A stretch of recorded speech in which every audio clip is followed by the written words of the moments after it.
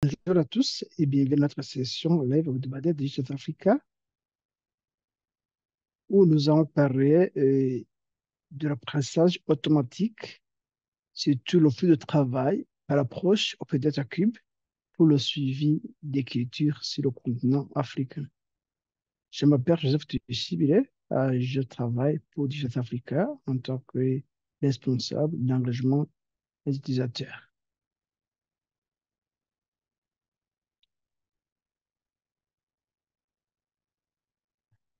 Digital Health Africa est là pour fournir des données de routine et services de routine qui couvrent tout le continent. Nous avons toujours traité de données d'observation de la Terre. Nous avons juste notre espace en ligne pour essayer de diminuer le gap entre les fournisseurs et etc. de données d'observation de la Terre.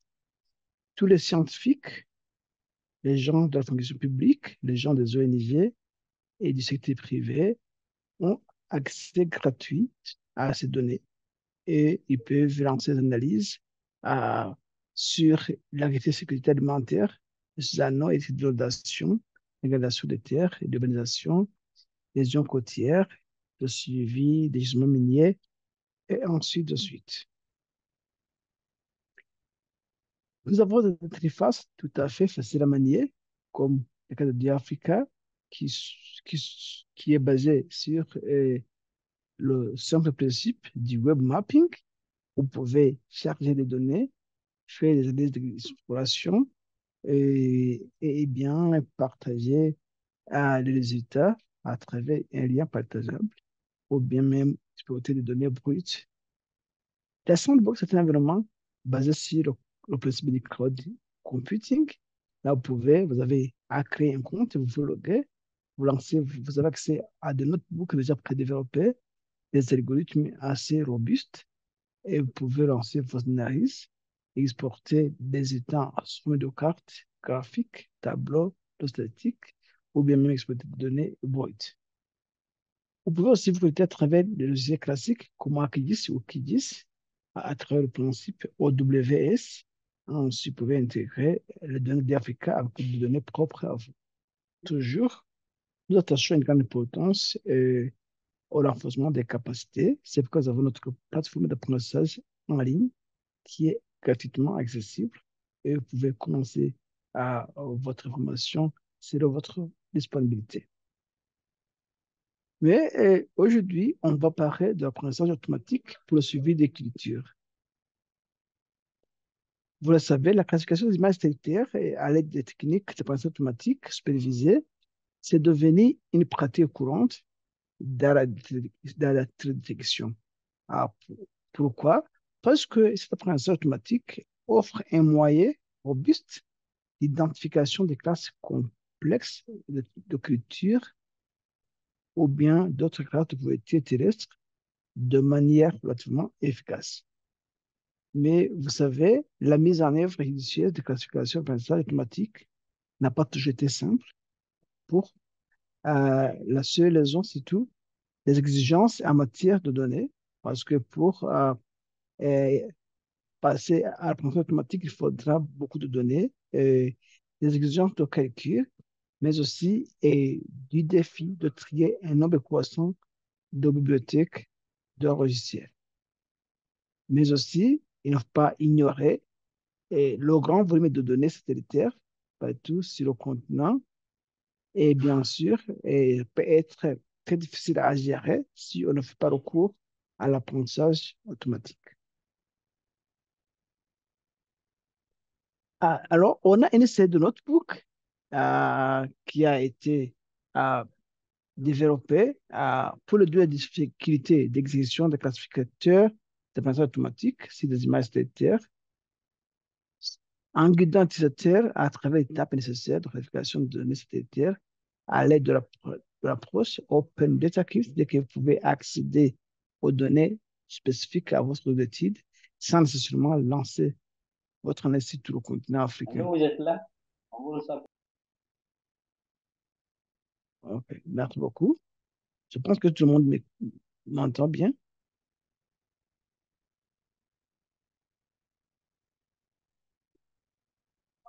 Ok. Tout d'abord, on a l'étape critique d'un flux de travail, du machine learning, par exemple automatique, de la reconnaissance Open Data Cube, qui sont décomposés en notebook discrets qui sont légèrement documentés. Et deuxièmement, un certain nombre de fonctions Python personnalisées ont été écrites pour simplifier l'exécution de l'apprentissage automatique à travers l'Open Data Cube. En d'autres mots, East Africa a développé différents outils que nous appelons notebook avec des algorithmes et une documentation, une description bien détaillée qui vous permet de lancer vous-même cet apprentissage automatique. Alors, on a, par exemple, une fonction qui nous permet de collecter des données euh, de développement ou de validation de notre modèle, ou bien euh, qui sont contenues dans le paquet qu'on nous avons appelé West Africa Tools Classification. Alors, on va lever ces fonctions durant la démonstration. Quand vous entrez dans la sandbox, comme je vous l'ai dit auparavant, vous allez avoir des fichiers y inclus un fichier que nous appelons Real World Examples, c'est-à-dire des exemples de la vie courante.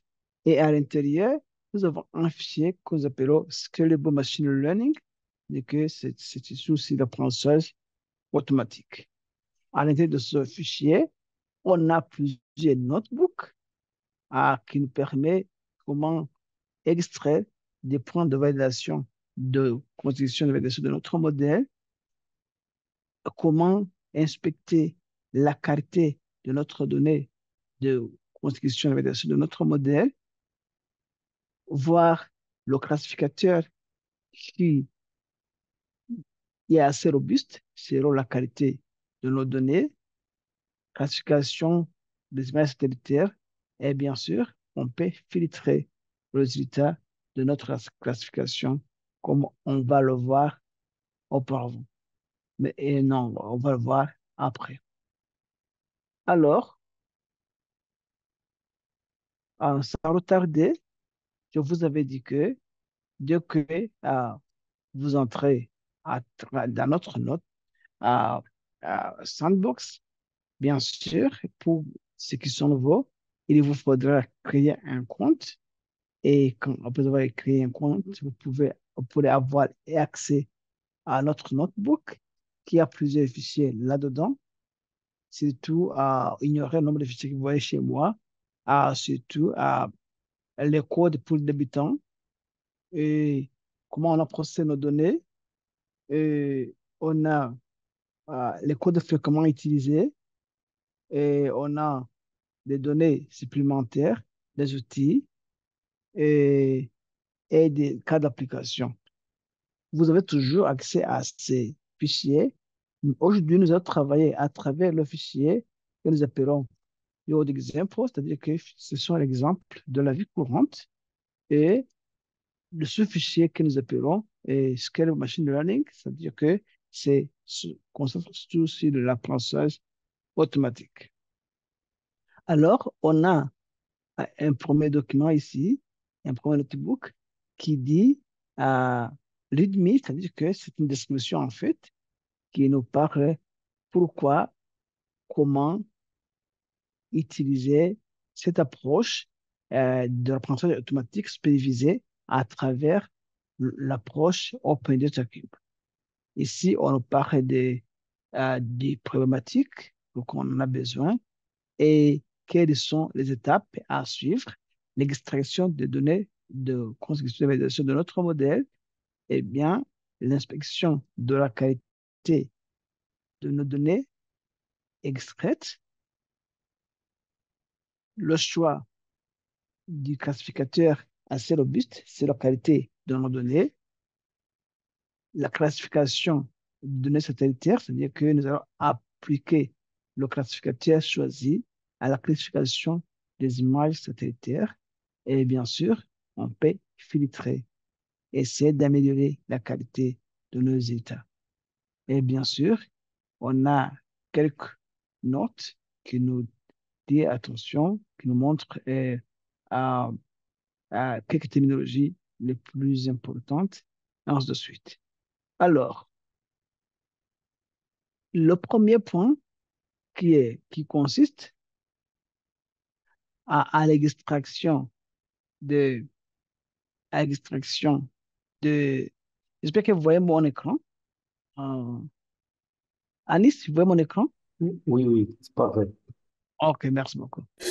Oui, oui, Euh, c'est parfait aussi, de ma part. Merci beaucoup. En fait, l'extraction des données de validation ou de conservation de notre modèle, et si on nous parle, pourquoi avons-nous besoin d'avoir des données qui nous permettent de construire notre modèle? On dit que c'est très important parce que la qualité de ces données et le nombre de points a toujours un effet sur la précision euh, des états que nous allons avoir.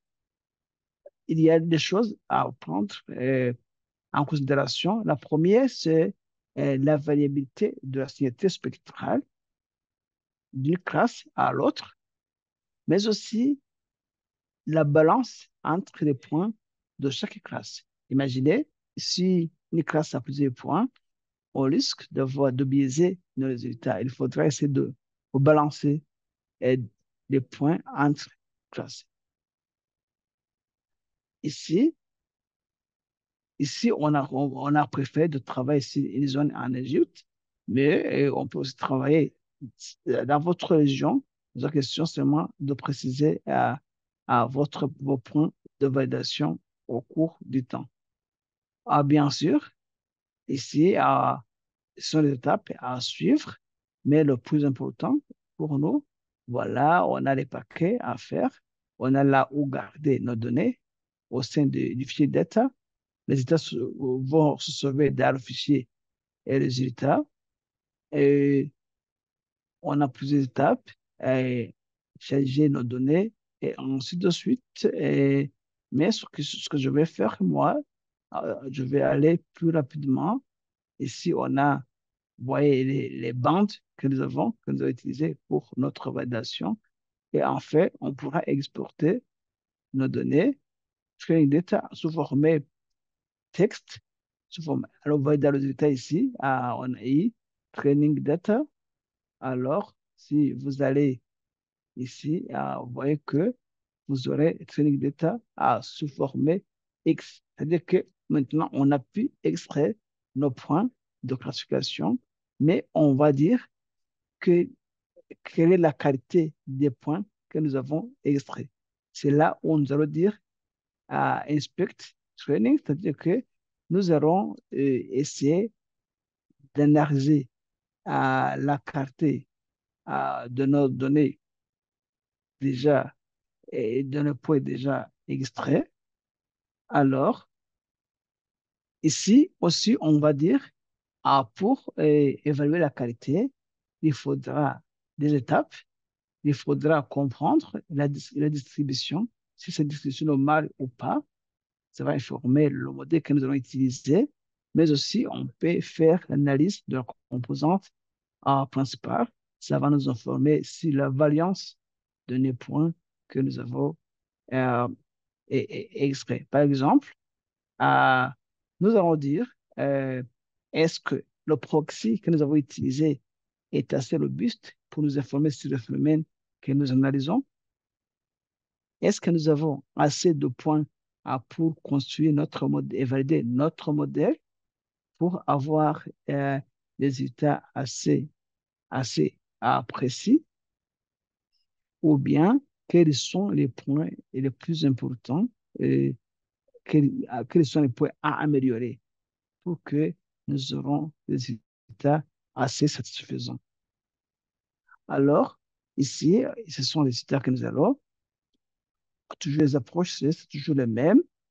Nous allons charger nos données, nos données, nos points que nous avons déjà extraits pour la validation, la validation de notre modèle.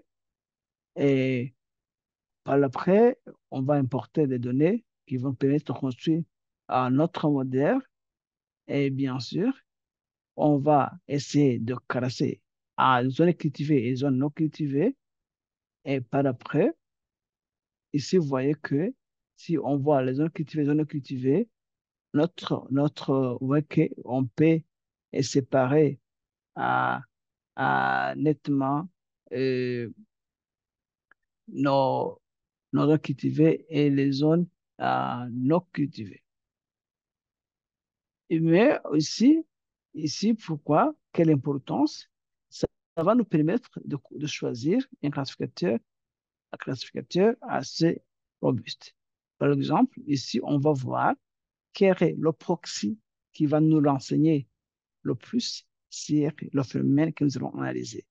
Ici, sur notre graphique, vous voyez qu'à partir d'ici, une évaluation par différence normalisée, la bande euh, semi-infrarouge à courte longueur d'onde et je ne sais pas comment tu fais dire en français, l'IF à l'index, c'est-à-dire que c'est l'index de la surface de feuille, si je peux dire, ça existe, et sont les proxys qui nous permettront de discerner de plus des zones cultivées, des zones non cultivées.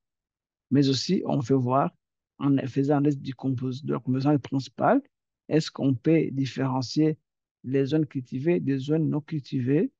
Alors, le résultat en est que, vous voyez qu'on peut plus ou moins séparer les zones cultivées des zones non cultivées. Même chose sur ce graphique. Les zones cultivées et non cultivées peuvent être facilement discernées. Alors maintenant, on a extrait nos données de constitution du modèle, on a inspecté la carte, mais on peut évaluer pour voir le classificateur euh, qui correspond le mieux à la qualité de données de constitution du modèle que nous avons extraite. Bien sûr, ici, dans notre approche Open Data Cube, ici, on a dit qu'on a plusieurs modèles de classification, la régression logistique, le modèle KNN, le modèle SVM, euh, le modèle KNL SVM, le modèle Naive Bayes, le modèle de classification et le modèle euh, Random Forest Classification. Et sur ce modèle, et si on se demande quel est le modèle qui va correspondre le mieux à des données de conditions que nous avons. Ici, on va parler de la qualité de nos données. Ici, on a 156 points. Alors, ici, c'est c'est pas assez grand, c'est un petit nombre, mais ici, on dit parce que on va choisir le classificateur qui correspond à la qualité et nombre de nos données. Ici, bien sûr, il faudra commencer par définir des paramètres, calculer la performance, optimiser les paramètres du modèle, essayer d'ajuster le modèle à notre point de construction. Euh, Quelqu'un dit que je dois augmenter ma voix, mais je parlerai le plus haut possible et je vais essayer. Merci beaucoup, Siba. Et ici, on va chercher les paquets avec différents classificateurs. Et on va chercher nos données et on va utiliser une métrique qu'on appelle branch accuracy, c'est-à-dire qu'on va essayer de comprendre la précision. Et ici, on a défini plusieurs paramètres, comme dire avant. Ici, euh, on va aller plus rapidement. On va calculer la performance. Vous voyez, vous voyez ici, on a les données de construction du modèle, on a données de validation des modèles, on a à, à l'extérieur, même approche, mais à l'intérieur. Alors, par après, pour aller un peu plus rapidement, notre modèle, on va aller à travers les étapes à ce que, vous voyez que euh, la précision est à 96, c'est-à-dire que notre modèle sera assez correct, ça va marcher à notre donnée. Et enfin, c'est pourquoi on va choisir le Random Forest Classifier. Alors, à la fin, on va faire la classification euh, de, des images satellitaires que nous avons. C'est ici on va utiliser le classifier, le classificateur que nous avons choisi. Bien sûr, on va utiliser les géomades, les images Sentinel-2, sur des mosaïques sans nuages qui couvrent tout le continent, qui datent de 2017 à nos jours. Et ainsi, on a défini tout. Mais le plus important est qu'on va appliquer le modèle sur notre classification. Euh, Ici, on va utiliser la prédiction, bien sûr, essayer d'évaluer, ainsi de suite. Mais ici, on va voir les bandes qu'on va utiliser. On va choisir les bandes qu'on a utilisées. Et bien sûr, à la fin, on va faire notre classification. Euh,